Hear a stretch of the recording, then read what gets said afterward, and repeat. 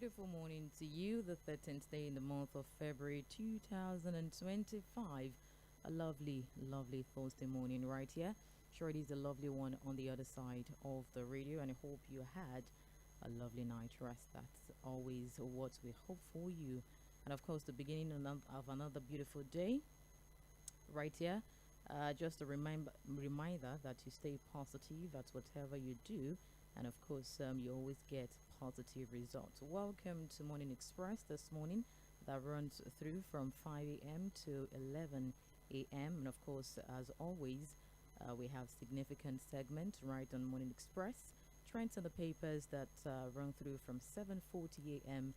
to 8:30, where we go through some of the headlines and stories in our dailies. And of course, we'll go for commercials at 8:30 and come back for Mainland Focus at 8:40 a.m., where we'll definitely focus on a couple of one or two stories or headline in our dailies this morning. Of course, would also like to hear your thoughts on your conversations, your reservations and contribution and submissions on this morning. So welcome once again, welcome on board to Trends in the Papers on Mainland 98.3 FM, the sound of Lagos. My name is Mo Dukbe Akinyosoye. You can call me Lady Mo. And of course, I'm here with Sage Babalola. Sage, good morning. Good morning, Lady Mo. How are you doing today? I'm doing very well. How are you doing too? I'm well. As always. Yes. Don't tell me you have guitar. I do have. Oh my. From heat? I don't know. I don't know what it is. I just, when I was relocating to Nigeria, Hey. I'm joking. I came from Ogbomoso. I'm joking. From United States of Ogbomoso. Fuad side is on the line, actually. Hello, Fuad. Good morning. Good morning, Lady Mo. Good morning, Sage. How are you doing? I'm okay, Doing Fuad. very well, thank you. Actually, Fuad, I'm not okay. But do you know what will make me okay? What makes you okay? Like a 3-bedroom apartment in like Lekki. If you give me Wow. now, I'll be fine. You know what? You'll be fine at the end Yeah. of the day. No. If you give me that building, I promise you, I'll be back to full health immediately. Hey. Well, who knows? There are millions of Nigerians listening to us. Somebody might just be very excited. Okay. You just get the golden call. Okay. Yeah, no. Okay. We are waiting. Lady, what are you doing? I'm doing very well, thank you. I hope you're fine. You don't need anything. Really. There wasn't lights yesterday. We had The thing don't destruction. collapse now. We had destruction. I'm waiting for Fuad to say something. Say You this say it first. now. The Say it It now. don't collapse again. No. We're asked not to say collapse. That it didn't collapse. That it Wow. was just disruption, Minor destruction. itches or Yeah. glitches. Wow. Yeah. Minor. Now this English, Diane. I remember during the military era where, Babangida, cancelled, the June 12 election. I know when he was going to make his broadcast, he used the word annulled. And because it was strange, to a lot of Nigerians, everybody started looking for their dictionary. Has the election been annulled? Does annul mean suspension? Only for us to know that the man was just playing, with our intelligence. He had cancelled the election. So we are used to speaking grammar. The fact is that all is not well in the power sector. We can't continue to have this. And if we're not careful, this is what we're going to deal with for the next 4 years, 8 years. We continue to talk about grid either collapsing, tripping off. It's just ridiculous, completely ridiculous where we find ourselves. And this is even worse because Nigerians are now made to pay more. Nigerians are suffering more. They have to cough out a lot of money. And nothing has changed. Last year alone, we had about 10 grid collapse. 12. Over 10. Yes. Over 12. over Over 10. 10. Yes. So we have started the count again this year. I think this year now we have like about 2 or 3. Correct? Yeah. So the countdown started again. So maybe before the end of the year, we have like 20. And then these excuses will continue, stories will continue, and nothing will change. Well, I think we're getting used to it. That was why the last time I told it, when the NLC guys shut down the national grid, and some people were threatening them with treasonable fellow. I was like, what was treasonable about a grid that will collapse on its own? Before they shut it down, was it not collapsing? And so what was the head banging about? But it shouldn't be self-inflicted. It shouldn't be what? self-inflicted. Why are you saying it's gonna? It didn't really matter. Anyways, we just hope ministers over. There's, I think it has not been restored yet, because No, all we through have- no, it some has. parts. Some parts have been, Yeah. has been restored, or have been restored yesterday. Like I was at Akute, around Akute yesterday night, and it was back and forth, coming back and forth. But I still left like yes, Yeah, some parts. some parts. Before we get into the stories, But actually World Radio Day. Fuad. Yeah. It is what World. would you do? Yes, Yes, yes, World today is Radio the Day. 13th. It is World That Radio Day. day, Yes, and we're very happy, right? It's a celebration of who we are as broadcasters, the work that we do, and there's actually a theme. There usually themes for every year. This year they're focusing on climate change, World Radio Day and climate change, just to use the radio as a medium to talk about climate change, the consequences, and how we can take care of some of the consequences of climate change. Lucky for us in Nigeria, we are not seeing the adverse effect of climate Not change much. compared to other countries with the wildfires, the flooding, and what have you. I mean, there's heat; it's very hot, right? It's very, very hot. But if we compare it to what other people in other parts of the world are going through as a result of climate change, is nothing compared to what's going on here. So we hope that we can really spread the word, talk to people. And it's unfortunate that America has a president that doesn't even believe in climate change. climate So, change denier. I don't know. I don't know what America is going to do, but then we'll just continue doing what we can. All right. It's what radio do, and I think that the climate change conversation would continue.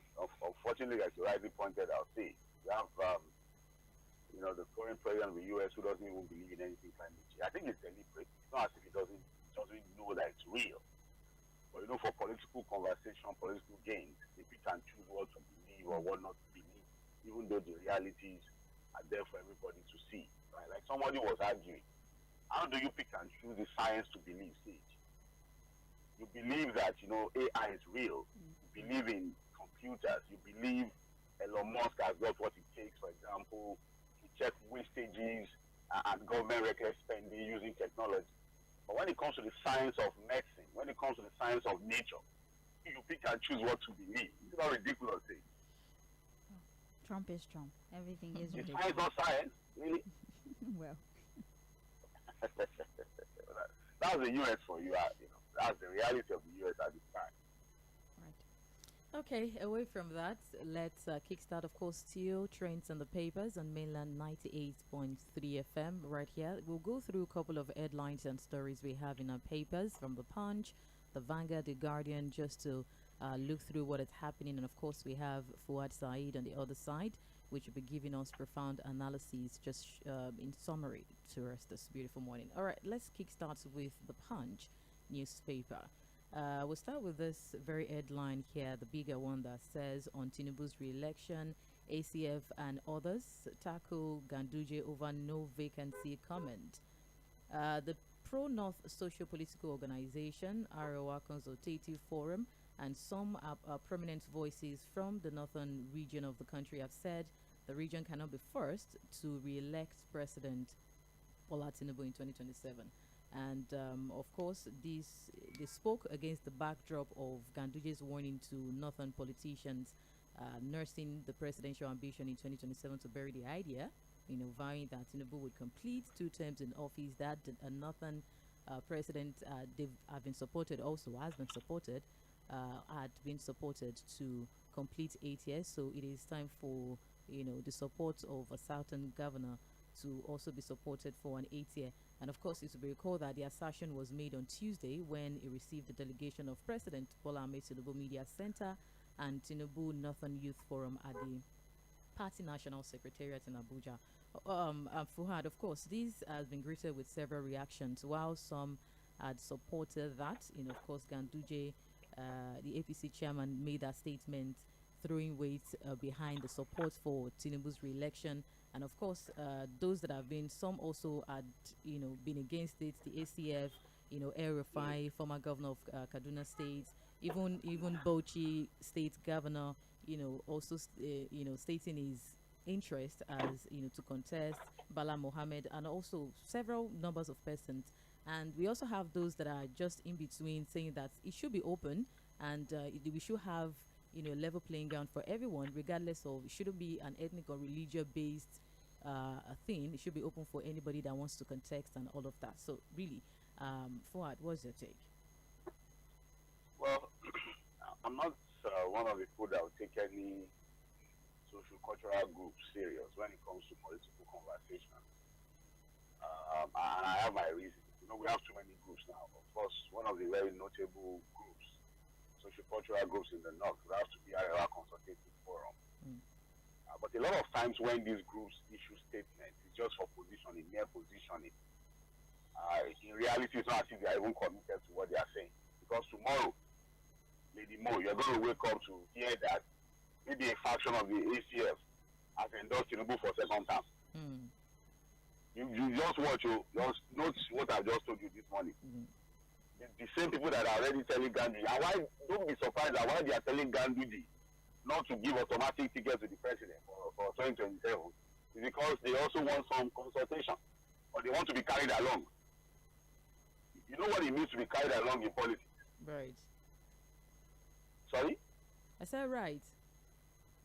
You know what it means to be carried along. When they say they didn't carry me along, or they should carry us along, or we should be carried along in politics, you know what it means? Being on the same page. Which page? You don't know. If you don't know, you don't know that. So if it's on the same page. Okay, how do politicians get on the same page? What makes them be on the same page? Serving their interest, of course.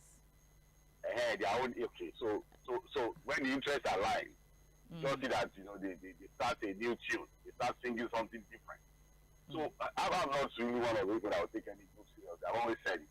No group can actually even speak for an ethnic group. Just like when a Fẹ́nifẹ́re comes up and begins to speak and say, oh, they are speaking for all Yoruba. I'm sorry, I'm a Yoruba man, and I don't think a Fẹ́nifẹ́re can speak for me or even decide for me. They decide for their members. At this level of my life, I'm not going to allow any socio-cultural group. They are merely positions for political patronage. Speak for me. I know what I want. I probably want to speak for myself and my household. So, again, Gandhi is just being a politician. He's not trying to make excuses for him. He can say all he wants. Oh, the president, there's no vacancy. These are things, we're familiar with when politicians speak. But I'm just saying that, look, we shouldn't take these things too serious. I think Nigerians should keep their eyes on the ball, maybe more. Let's look at the issues. Let's look at what the candidates are going to be saying. But, the reality is that, look, 2027 is upon us. Right. By the end of this year, 2026, serious politics is going to start. The campaigns are going to start. It has already started, but, we're going to get into the thick of things by the end of the year. So, look, 2027 is already upon us, and I'm going to advise Nigerians to be careful with some of these distractions that are going to come. Be careful with what groups are saying. Be careful with what politicians are going to be telling you. Focus on the issues. Know where the shoe pinches, and let's get serious about conversations around nation building. So, for me, whether there's vacancy or not, the concern is clear. Anybody can contest. Right. Any group can contest. Any region can contest. So whoever wins, so be it. We must have a peaceful transition. All right. Thank you, Fuad. Thank you very much, Fuad. And now we turn our attention to the Guardian newspaper. The top story here, importers divert cargo to Togo, others to evade tariff hike. The riders, port service 40% higher in Nigeria. 20-foot container clearing fees have almost doubled since January. High charges, inefficiencies killing importation, says operators. Now, an increasing number of importers evading multiple and soaring taxation across Nigerian ports are heading to neighboring West African countries, especially Togo, Ghana, and Benin, to remain in business. The charges imposed by multiple government agencies, terminal operators, and shipping companies have increased by almost 100% in less than a month, raising cargo clearance above the reach of most operators. As it stands, the Nigeria Port Authority recently increased all port rates due to tariff from 7 to 15%, and that is like 100% hike. Although the NCS also imposed an increase, or they have reviewed that increase and withdrawn it for further consultation. But there are many prices or many adjustments that have affected business in the country. For example, the ports now charge between 150,000 to 200,000 for the National Environment Standard Regulation Agency. There are also unofficial payments that have gone up as high as 10,000 to 20,000 naira per spot. These are to fast track clearance.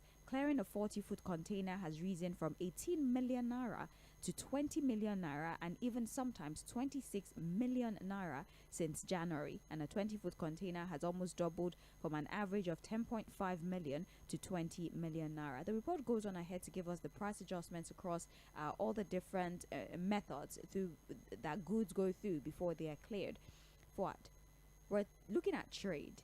We're looking at encouraging investment. We're looking at allowing for exchange of services and goods. And now we have the minimal investors that we have, or those who are bringing in goods, now looking to our neighboring countries to continue business because we have chased them away with our multiple taxation. How can we review this? How can we ensure that we're able to stay in business and keep others in business, raising revenue and not necessarily chasing away our primary investors, especially via the ports? Well, Sage, I like the way the story is captured, well captured, straight to the point. The details are there for Nigerians to consider. And for me, there are three things to look at here. The first one is, look, these importers are going to do what? To take care of this cost, you know what they're going to do? They're going to deflect it on the price of their goods, right? Right. So it means that if you're wondering why things are so expensive, extremely expensive, you probably have to look at this. Even for the things we manufacture in Nigeria, see, sometimes a lot of the active ingredients are imported into the country, the raw material. The pharmaceuticals, for example, even though some of the drugs are made in Nigeria, some of the active ingredients, raw materials are still imported into the country. Same for other things that we manufacture into the country, apart from the finished products that we import into the country. And look at what we're talking about here. As of last year, about a year or almost a year or two ago, an average 40-foot container, ask anybody that imports anything into the country, it's around 5-6 million naira. Now we're talking about upwards of 18, 20, 25 million, and it's still going up. Added to that, you have the MPA putting it at from 7% to about 15%. The customs was suggesting about another 44%. You know, so when you aggregate all of these things, you understand why things are extremely, extremely expensive for Nigerians at this time. That's number one. Number two is that, look, you have 1 minute. We apologize for that interruption. We would fix that before the end of the program. Sorry? No, go ahead, Fuad. There was a minor interruption. Go ahead, please. Okay, so what I'm saying is that this aggressive revenue drive, where is it taking us? Where are we going with it? You know, because again, it's clear that there's this consistent desire of the government to make money from anywhere and everywhere. Just tax the living day life out of ordinary Nigerians. Because, look, I've told people, ask the guys who import things into the country. And then they tell you their story. Apart from the bureaucratic bottlenecks that you have to deal with, the under-the-table transactions that you have to do, you know, to be able to fast-track or probably get your goods out of the port, there's still no efficiency. The ease of doing business is just being mounted. In reality, it doesn't exist in our ports. So that's the second thing for us to consider. So if the government is still telling you that, hey, we're going to bring inflation down from 34.8% to 15%. Your call credit. All right. Please just give us a minute while we'll fix that and we'll connect with Fuad. Still trends in the papers on Mainland 98.3 FM. I'm Sage Babalola with Lady Mo here in the studio, currently reviewing the Guardian newspaper and the increases in the tariffs, especially with port activities. We'll be right back.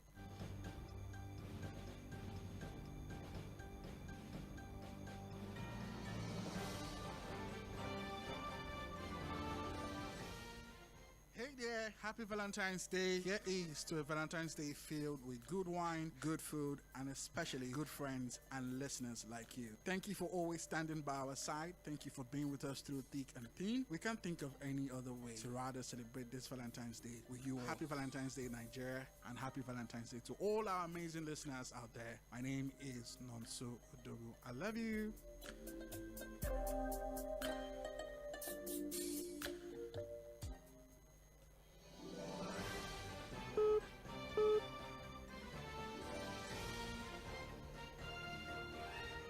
Welcome back. We apologize for the interruption once again. I believe we have Fuad Said back online. Fuad, can you hear me? Yes, I'm here. Yes, please go ahead. Yes. Okay, so basically what I was saying is that, look, how do you tie this to the desire of the government, for example, to bring down inflation from 34.7% or 34.8% to 15%? Because you don't have serious cost push inflation. See, you know, and that's number two on this particular. So, you know, the third one is this. importers are going to begin to divert their products, their imports, sorry, to other neighboring countries, use their port facilities there.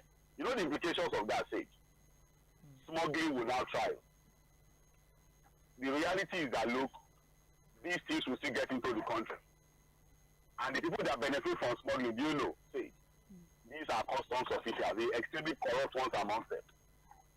Okay, today, Sage, have you not still seen that, look, in our market, the things that we said we banned, that are on the contraband list that we banned from being imported into the country, don't you still find them in the market? They are being How do they get here? smuggling. So we are hurting ourselves. We are hurting the economy, we are hurting the people, and hurting ourselves. The business of smuggling is thriving. Say, I had my secondary school in Badagry, and I know what happens at night. Forget all the deceit. Forget all the lies. If you can have more than 1 million checkpoints on the Lagos Badagry Expressway, these guys know what they do to allow these things to come in. It's not a show on board. If FIJ guy has been reporting, telling you a lot of the corrupt activities that go on with the Nigerian Customs Service. We can live in denial about it. We can continue to deceive ourselves. The reality is that these things are still coming in, and they will continue to come in. So the more people divert these importation activities to other neighboring countries, it is big money for the corrupt custom officials and the guys at the port. And we are actually just killing our own economy and hurting ourselves. We are pushing our revenue to other. I told you I once shared with you my experience when I got a car from Benin Republic. Right there at Benin Republic, say, as I bought the car, nobody forced me to pay all I'm supposed to pay to their government. The customs service, everything that was supposed to be paid was paid there. When we got the car to our borders in Nigeria, that was where the deal started. They came to me and said, which one do you want? Do you want to go through the normal process, or would that go it for you? It was right there that the transaction started. And of course, I was going to do the right thing. Lady, I will not do anything. I'm just telling you that, look. Deep sigh. Why deep sigh? I don't know. Deep sigh. You don't believe me? I don't know. Deep sigh, Sha. Go ahead. So you can't vouch for me that I would never do anything. I believe you. I believe you. That's between you and Lady. Thank you, Lady. Deep sigh. Don't say Continue. Yeah, But, so we're just killing ourselves. So I don't know really. But, so when you look at the monetary policies, fiscal policy statements of this government, everything is disjointed. It's not aligning. They say one thing, they are doing something else somewhere. I remember when they said they were going to allow people to import food and the grains. Did anything come in, say? Well, customs did make that difficult for them. So the customs is bigger than the government and the directive of the president. Okay. So that's it. Let's see how it goes. Thank All you, right. Fuad. Thank you. Okay, of course, it's still trends in the papers on Mainland 98.3 FM. Don't forget, you can join us live on Facebook and YouTube. We're streaming currently to enjoy an audio-visual experience. So wherever you are, just go to our Facebook page, Mainland 98.3 FM, and of course on YouTube, Mainland 98.3 FM. You can also join our Twitter X community at Mainland FM. Just to interact with us, have conversation. You can definitely drop your reservations. You can drop your submissions and contribution right there at the comment section. And of course, you can listen via a website, www.mainland98fm, 98.3 FM, of course. All right, back to the Punch newspaper. We also have this very update on tax reform. Representatives divided as bills scale second reading. After months of uncertainty, the House of Representatives on Wednesday debated the 4 tax bills transmitted to the National Assembly for consideration and passage by President Bola Tinubu. And of course, the bills scaled second reading after the lawmakers reached a consensus on the contentious value-added tax provisions during the plenary. Of course, in 2024, President Bola Tinubu transmitted 4 tax bills to the National Assembly for consideration and passage. The proposed bills are the Nigerian Tax Bill 2024, for us to remind ourselves, the Nigeria Tax Administration Bill, the Nigeria Revenue Service Establishment Bill, and the Joint Revenue Board Establishment Bill. But of course, after this, from last year, this has actually been greeted with several strong emotions across the country. Basically, most northern leaders opposed to this due to the tax, VAT, value-added tax sharing formula, and also the back and forth over the phasing out of TED funds, some agencies via the reform bills. And even still, during the plenary, we still had some reservations on the bills.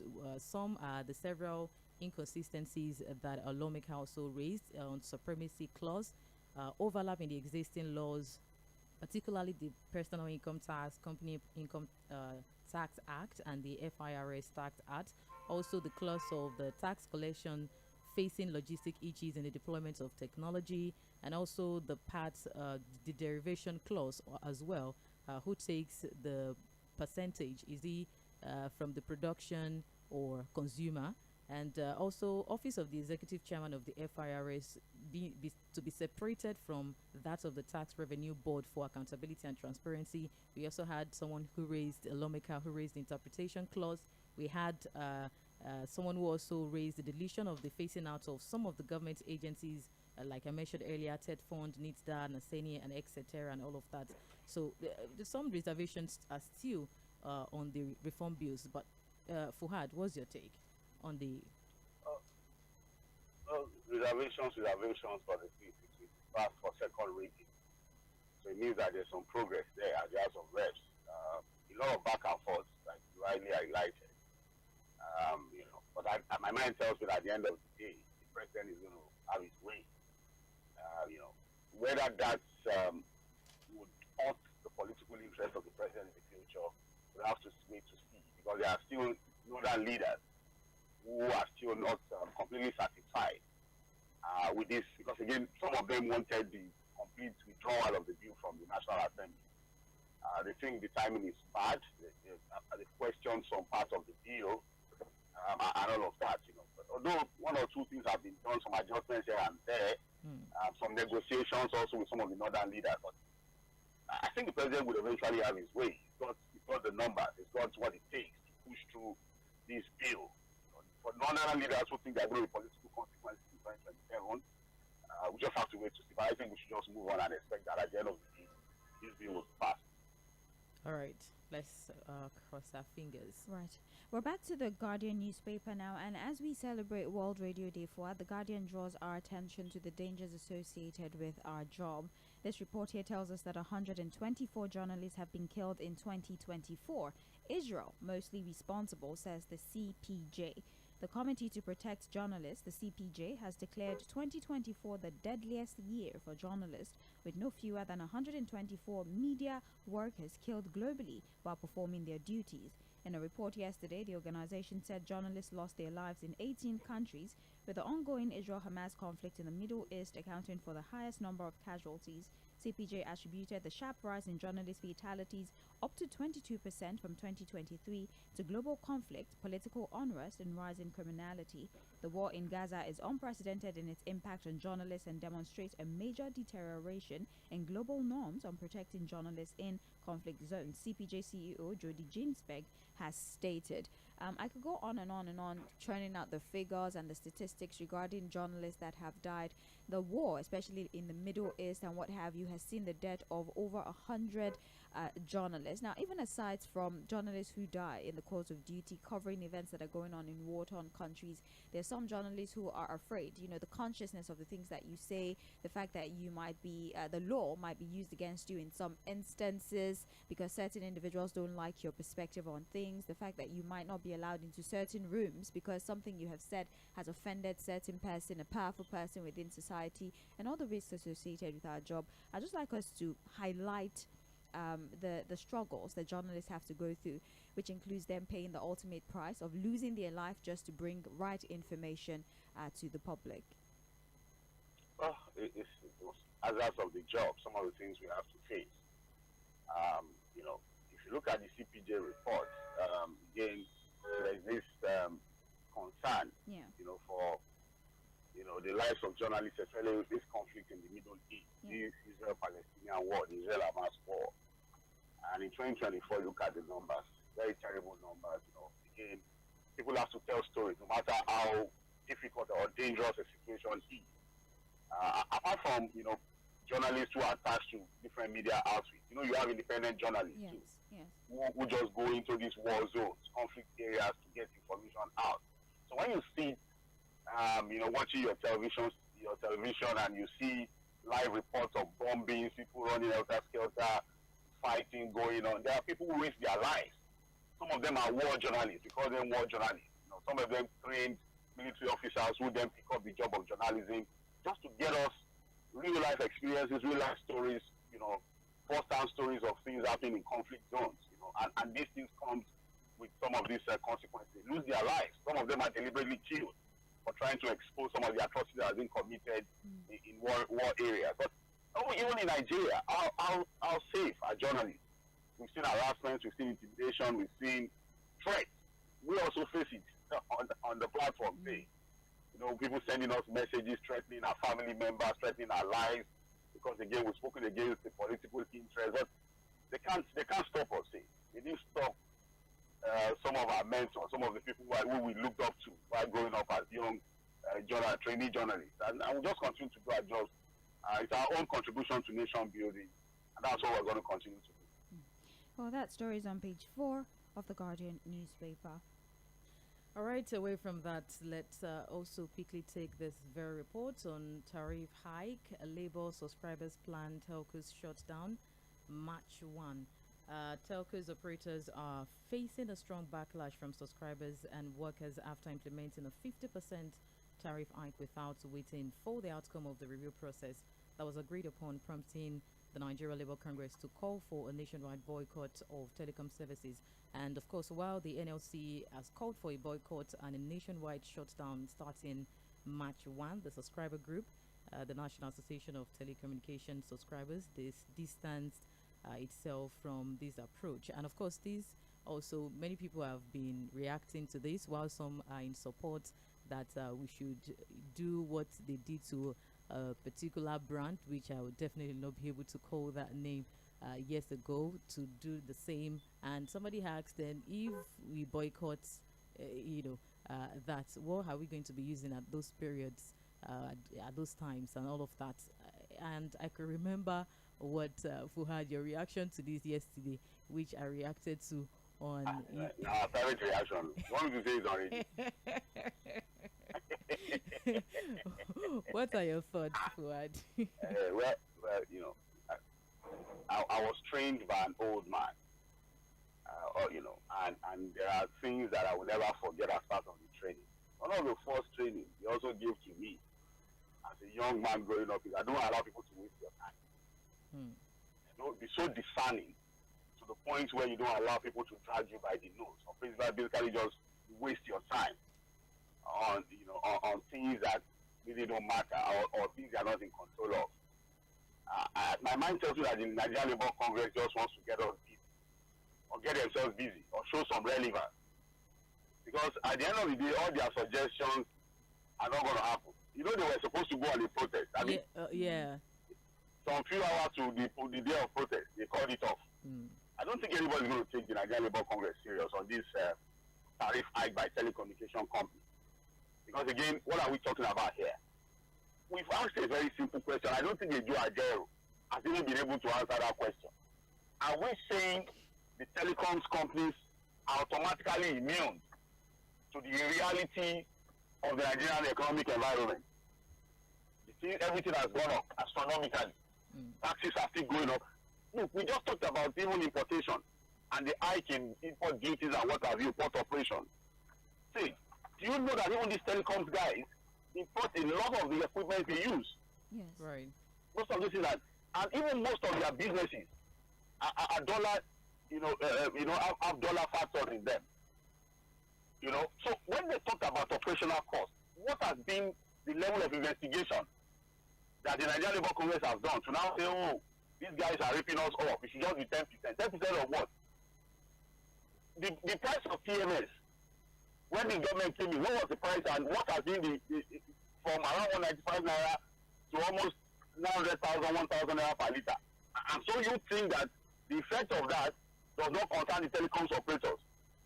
Even the same Labour Congress, when this whole conversation of minimum wage started, how much were they demanding for? Because of the astronomical rise in the price of goods and services. Before they eventually settled for 70,000 and then went there to be doing both. After wasting our time. When I thought that they were even serious people. I remember when people were calling me that, no, don't give these people any opportunity, don't even trust them. I kept saying that, oh, it's not easy, to negotiate with government. I thought they were serious people until they got to the table with the president and they were giving quota. I said, this one, they can never be taken seriously. And now, the suggestions they are giving you now, that you should boycott the telecom operators. That every day, 3 hours, don't use your phone. How will we do trends in the papers? And for companies that rely solely on operations via this. So you see that they are not serious. No trends in the papers again. No, you will not do it when you are doing trends. Maybe at night. Okay. Even 3 hours a day, so everything you want to just switch off your phone. We will not go digital, we'll just use hard copies. My boyfriend is in London, no. If I don't use my phone for 3 hours, my relationship will spoil. It's only for 3 hours. Yes. It's only for 3 hours. Or you don't sleep? You guys don't sleep? That was what I was about to say. You sleep for hours now. No. So it's just a waste of time. Nobody's going to boycott anything. They cannot even shut down their phones for 3 hours. I'm telling you. So the thing is that, look, let's get serious here. The telecom, look, I'm not an investor, I'm not a stakeholder. We're just being rational here. Everything has gone up. And what has been the percentage of rise in prices of goods and services? So now think that the telecom guys should be immune from that reality. Let's get serious and just look. This is the new reality. So far, we are not able to collectively fight it. We cannot isolate or think that a sector should be immune. The labor guys are not serious. Without apologies, I've just said it this morning again. They are not serious people. And nobody should take them serious. All right, thank you so much, Fuad. The rest of that very story is on page 21 in the Punch newspaper. Of course, still trends in the papers. Join us live on Facebook and YouTube at Mainland 98.3 FM. You can stream live on our website www.mainland98.3 FM, and of course on Radio Garden. And you can as well drop your comments just under the comment section. Thank you so much, Sage. Yes. Thank you. Let's talk about this story here. It's a mid-page story, but I think it's of great significance. We have DG seeks compulsory recruitment of first-class graduates into DSS. The Director General of the Department of State Service, Mr. Oluwatosin Ajayi, has called for a policy mandating the recruitment of first-class graduates into the intelligence agency to strengthen national security. Ajayi made the call while delivering the 2025 Distinguished Personality Lecture at the Center for Peace and Strategic Studies, University of Ilorin in Kwara State. He spoke about the roles of the DSS in security, peacekeeping, and national integration, and also drew our attention to Israel's system of recruitment, such that if you score above 70 marks in an examination, you have to go to the university that is there, and at the end of the day, you are able to use the skills that you acquire for national development. And so we should adopt a system like that one. So it's a lot of questions around this, but one that I think is quite necessary for us to evaluate is the requirements of individuals that we trust to make major decisions for us is really, really minimal. For example, for you to even become president, that's the ultimate man. All you need is an SSC. That's about it. You don't even necessarily have to go to the university. I'm talking of top positions, financial positions. No, I like it. Although lucky for us, those who make financial decisions are very well educated. Some of them have education outside the country. But I'm just saying, the law doesn't even mandate you to get that level of certification. Just have your SSC and you're good to go. And now the DSS is saying that we should make it a law such that, just first-class students are recruited to improve quality of service, reorientate the people who, wield weapons and gather intelligence for us, amongst other things. The possibility of executing this particular law and the influence you think it would have on executing our security structure, what do you think is going to be like? Well, I don't know where the DSS DG is coming from, really. Because again, you have to check and recheck the thinking process to really understand what he's trying to achieve. See, some of the smartest people in the world that you see, that we also know of, are they first-class graduates? Well, it's good to be first class. It's good to have it. Wait, now, we are going to come to the first-class conversation. I'm just asking you. Not necessarily, no. In Mark Zuckerberg, for example, what's his story? He did drop out, yeah, but I mean... So, he didn't even finish. But he had other forms of learning. He Wait, learned. now, did you finish university? No, he did not. Okay, listen, I'm thinking now. If Bill Gates, for example, what's the story? Fine. I understand what you're trying to say. We I'm get it. coming now. Look, it's good to have a look without Right. disrespect to guys who are able to finish university with first class, smart, intelligent people. Yes. But look, when we talk about intelligence, it's not limited to how well you're able to pass exams. I'm sorry, anybody can take me on this. And there are people who have said it consistently. Examination cannot be the true test of one's ability. Examination alone. There are people who are just bookworm. See, they can read through and they're going to go out with the first class. When you put them on the job, you see that look, the job sometimes requires more talent than what you are able to do with your exams. And so when it comes to critical thinking, look, examination cannot be the sole fact or the sole reason to think that somebody has some good brains to think critically. That's why I told you that some of the smartest people in the world, they didn't even go to any college, they didn't go to university. So in all things for talent, it's not about first class. And that's why I'm saying that look, it would have been nice to engage the DG to know where it's coming from.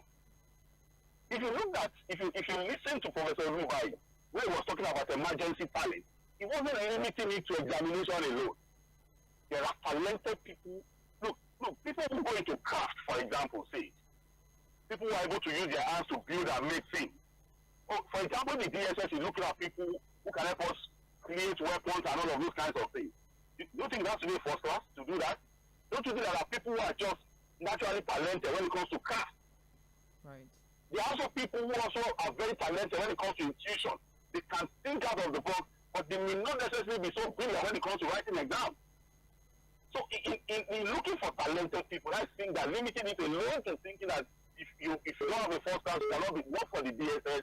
I think there's a lot of questions around it. There has to be a new way of thinking and discovering talent, rather than just thinking that look, once you have a first class, you're a genius. I'm sorry, it doesn't work like that for me. Well, especially now that the report told us yesterday that 67% of schools are miracle centers. You could walk your way through it, and the certificate racketeering incidents that we dealt with some, I don't know, 1 or 2 years I'm not ago. saying that first class graduates are not fantastic for recruitment. That's not what I'm saying. Of course. I'm just saying that look, being a gifted person goes beyond how well you are able to pass your exam. There are other things that comes into it. Evaluation, for example, see, you first class graduate. Or did you get his story? You hear his story. And when you come about literature, can anybody beat him really? So with the DSS man, anyways, when they say some of these things, so nice to have a complete idea of how the thought has come up. So, but for me, I think there are a lot of questions to ask you on this suggestion. Thank you, Fuad. All right. Quickly, before we step aside for a commercial, we have this also report. Speaking of proactive safety measures, to protect lives and properties and all of that, and with the recent or reoccurring incidences that has been happening, the federal government may ban trucks as tanker fire claims 493. The federal government, through the Nigerian Midstream and Downstream Petroleum Regulatory Authority, has said that it may impose a ban on trucks with 60,000 litre capacity, preventing them from operating on federal highways. And this actually followed increased number of deaths resulting from petrol tanker accidents, which has led to the death of 493 persons in 3 years. And of course, the ban is part of a potential recommendation aimed at reducing fatalities from petroleum tanker accidents to zero. Do you see this as a welcome idea, though opposed by, and also part of the measure before I talk about the who opposed that, is measures, also part of the measures to be taken, government minimum industry safety training for downstream operators, mandatory installation of anti-spill safety valves on all petroleum product tanker trucks, implementation of safe-to-load initiatives. But it was opposed by President of the National Association of Road Transport Owners, Yusuf Othman, he said that it would lead to a potential loss of over 300 billion naira investment, because most of these people are into investments and all of that. And you just urge people to just be careful, because these trucks are highly flammable. Now, do you see this as the ban as a welcome idea? And also the part of, because we have not even recovered from the incident that happened recently. We have over 80 lives that were lost in the explosion in Niger State. And of course, this concern of people still going afterwards, another happened, and people are still going to risk to scoop for, to risk their life to do that. So there's no ban. No ban is going to happen because there are no alternatives. So if you look at the headline, me ban, and I know there's no ban that's going to happen. Because where are the alternatives? Well, people in the past used to have rail trucking most of these things, using transporting most of these things on rails. Even from the port, containers were transported on rails. So one would expect that, look, you can even put some of these products, on the rail system. So, you don't have trucks running on the roads, falling on people, and all of that. So, but I think that instead of thinking of even banning the movement or transportation of these products using vehicles, I think the first thing we need to do is look at the roadworthiness of most of these vehicles. How roadworthy are they? Should they even be on the roads in the first place? Because a lot of the things that happen, look, when you see most of these trucks, you know that these things are not supposed to be on the road. Their brake system has a lot of questions, the movement, without even doing any proper diagnosis, you know that there's a problem with the truck. And we find a lot of them on our roads carrying dangerous materials, flammable materials. Look at the containers falling on people, killing people, and all of that. So, because again, where are the alternatives? You don't have a rail network that can, ensure the efficient transportation of this commodity. So we still have to work with the trucks, but can we just get them roadworthy? That would be my suggestion for now. All right. Well, let's read the rest of the headlines that we have on the front pages of our dailies, as we have run out of time. The other headlines we could not analyze: Kano uncovers multiple illegal private financial account. That's on page 28 of the Guardian newspaper. We do have group laments over 5,000 Nigerians stranded in Iraq. Is on page 4 of the Guardian newspaper. And Iraq. Yeah, 5,000 Nigerians in Iraq. They usually send their What did they do caregivers. What? He was in Iraq. Caregivers. They're working as caregivers. In Iraq? Yes. Wow. But the cases of women who actually died under very strange circumstances. But Abike Dabirera, of course, is trying to bring them back home. 5,000 of them. Yes, page 4 of the Guardian newspaper. And we have finally on page 7, Edo Election Tribunal. PDP alleges conflicting testimonies. APC to present 28 witnesses. Lydimo, if you can read the rest of the headlines we couldn't take. Okay, just quickly, Abia PDP chapter defers National Working Committee order. Autumn and Ayaw face panel March 4. Page 14 captures that. And the APC-IS private firm for membership e-registration. Page 14 has the very story. Hoodlums in court for abducting policeman in Ondo State. That's on page 5. Representatives summon customs CG over officers' retirement. Page 7 also captures that very story. All right, and of course, we'll step aside for commercials. We'll be back at 8:40 a.m. for Mainland Focus. It'll be one or two stories to focus on this beautiful morning, and of course, it'll be a pleasure to hear your thoughts as well. Stay with us.